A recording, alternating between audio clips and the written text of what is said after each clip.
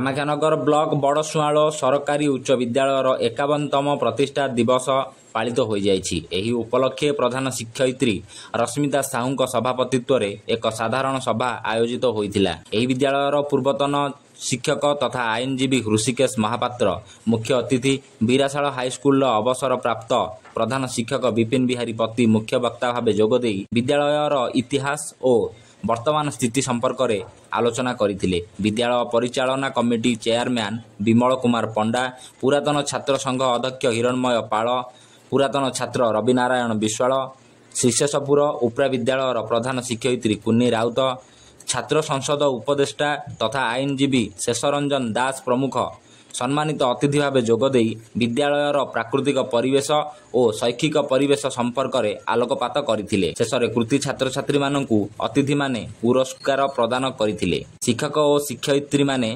कार्यक्रम परिचालना करथिले।